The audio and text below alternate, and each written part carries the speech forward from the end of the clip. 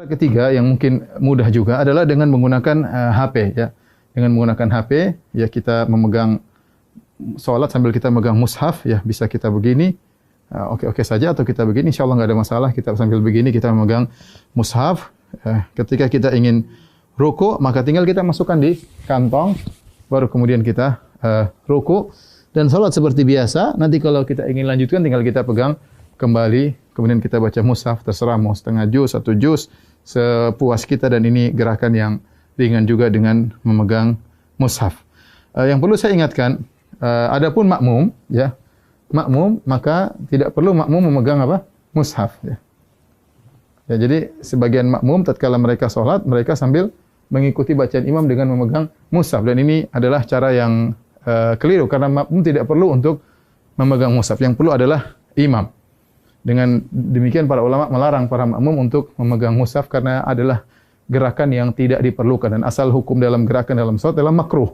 Karena ini gerakan yang tidak diperlukan, maka mereka tidak disyariatkan untuk memegang Al-Qur'an. Semoga para ikhwan yang jadi imam-imam baru di tahun ini semoga bisa menjalankan ibadah dengan sebaik-baiknya dan bisa membimbing keluarga dalam melaksanakan mengisi hari-hari mereka, waktu-waktu mereka di malam-malam Ramadan.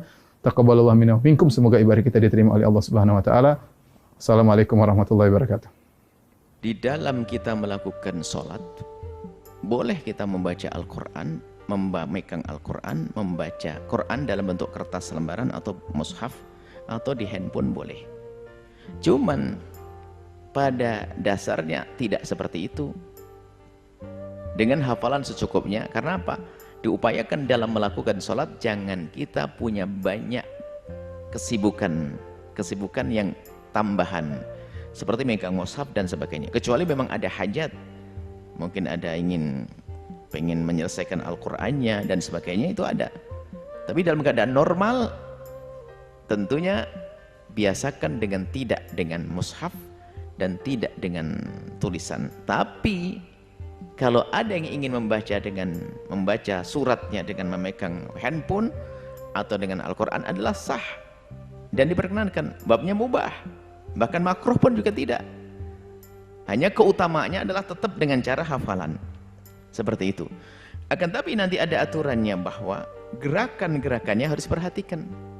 Kita tidak boleh melakukan 3 kali gerakan dari anggota besar berturut-turut. Anggota besar itu tangan ini anggota besar. Anggota kecil ini, kalau kita membuka dengan ini 1, 2, 3 berturut-turut enggak ada masalah. Ini jemari anggota kecil.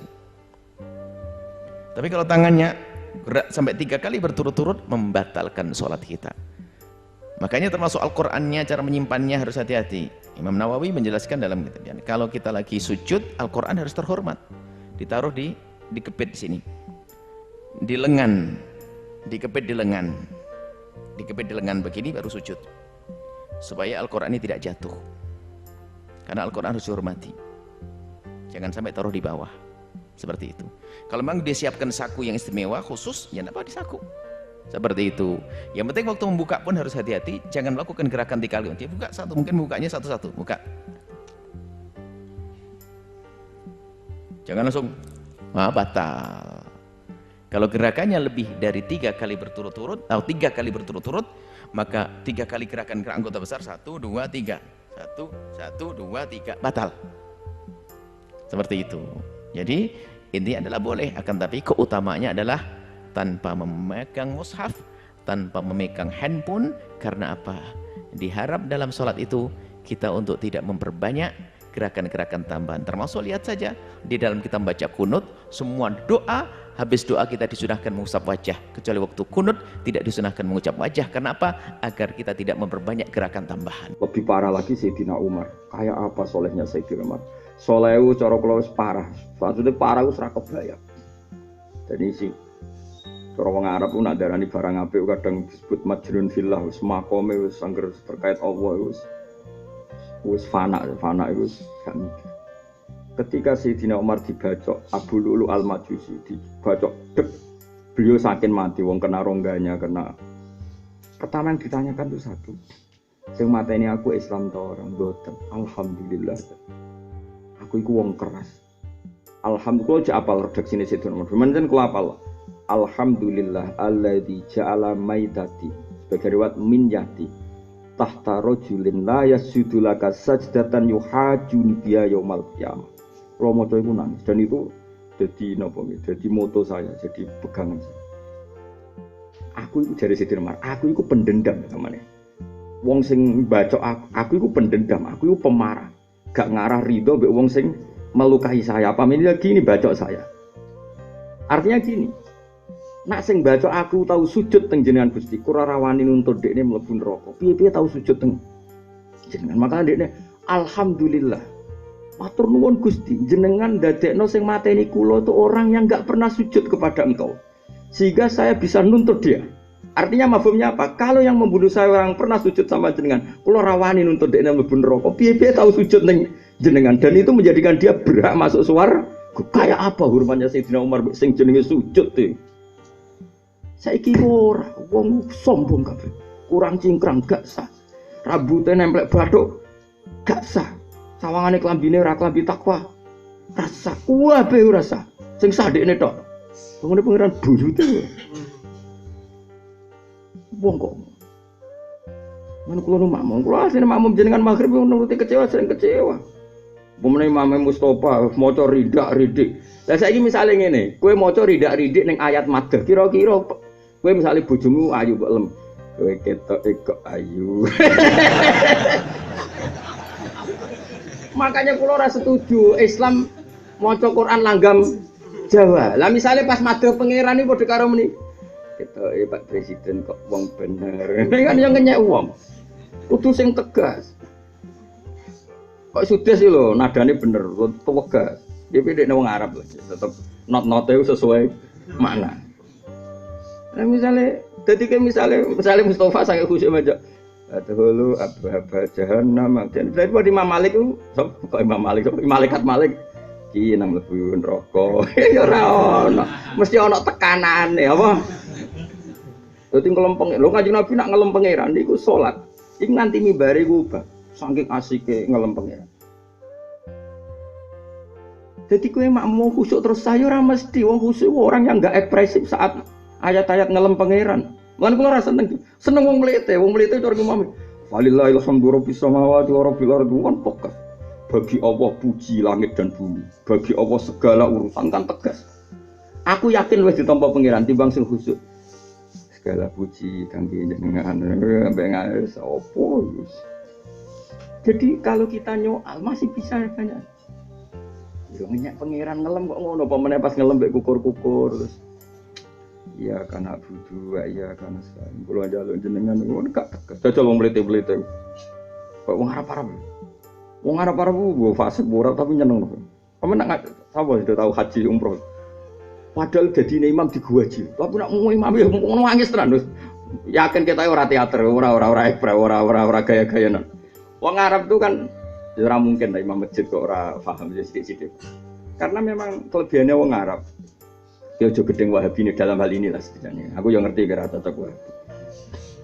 Tapi mbok yo wong ngakoni kadang yo wong Arab ku gampang. Nang kula bolak-balik jejer wong Arab bodho, iku salat yo nangis. Tak anggap pinter jebule ngangkat telepon.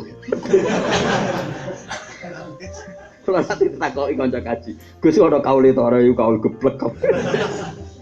Tadi sholat, wong Arab kan jan parah tenan fikih jeblok, mbok fikih apa wong Arab. Wong nak wong Jawa iku jenenge sholat lungguh ngenteni gak mampu blas lagi lho. Wong Arab gak njupuk kursi ku kuat. Wong njupuk kursi kuat kok salate lungguh. Ya ta ya Mas Tam ya sing kaji.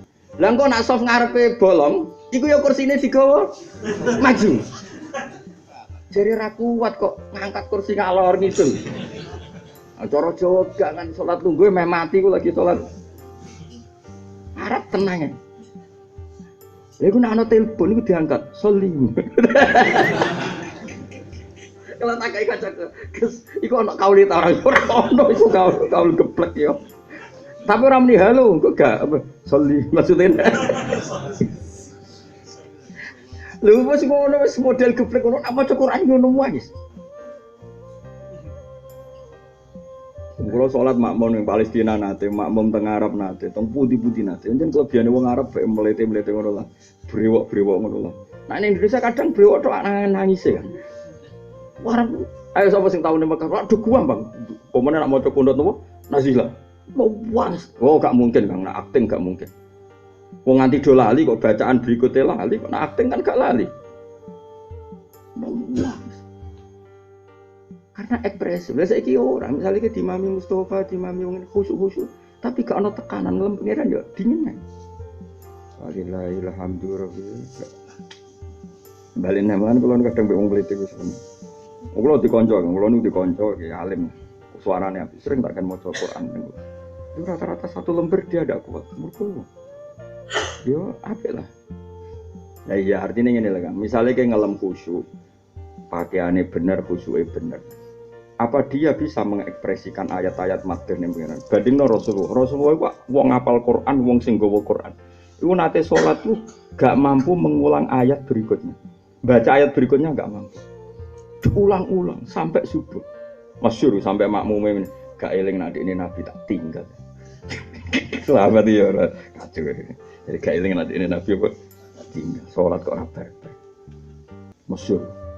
Annan Nabiya sallallahu alaihi wasallam yuraddidu hadhil ayat in tu'adzibhum fa innahum ibaduk wa in taghfir lahum fa innaka antal azizul hakim. Dibalik Rasulullah sebagai pemimpin besar, pemimpin yang sangat raufur rahim, dan sifat itu yang dipakai Habib Ali yang Sahih Muslim diturun mensifati Nabi itu raufur rahim, orang yang sangat sayang be umatnya. Kemudian Nabi yang sangat sayang pada umatnya, beliau kasyaf.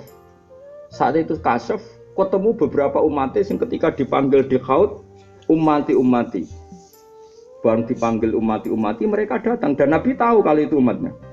Pas datang mbak pangeran tiket itu dibikin satu sekat itu, kemudian Allah Muhammad innaka la tadri ma ahdatsu ba'dak. Sebagian riwayat roja'u al-qahqara. Muhammad itu ya bener umatem tapi kira roh kelakuane coba buat tinggal. Nah, misalnya begini, contoh gampang orang sekarang. Dulu itu yang jenenge wong mukmin ciri khasnya itu saling kasih sayang. Ya syuddu ba'du ba'dun, saling menopang, saling melengkapi. Enggak saiki saling ngafirno, saling nyalah. Nah. Tahlilan disalahno, ziarah kubur disalahno. Lah kok sing NU ana wong ra wiridan ya disalahno. Wiridan ora wajib kok wong ninggal wiridan kok salahno kok ya padha dene. Lho keliru lho nyalahno wong ra wiridan. Saiki wiridan wajib ta ora? Mboten, ciri utama barang ra wajib oleh apa? Oleh ditinggal kan? Gara-gara kowe ana nang ora wiridan ra seneng. Wong ora wiridan kowe Islam ta ora? Lho apa wiridan iku wajib? Lah sing ora NU ya padha dene wong wiridan kok disalahno. Lho ngeling pangeran kok disalahno ya aneh meneh. Padha aneh, dua orang aneh ini debat. Dua kekuatan aneh debat. Wong kok ora iso ngaji. Iku ra ciri khas wong mukmin, ciri khas wong mukmin ya syuddu ba'duhu ba'dun, saling menguat.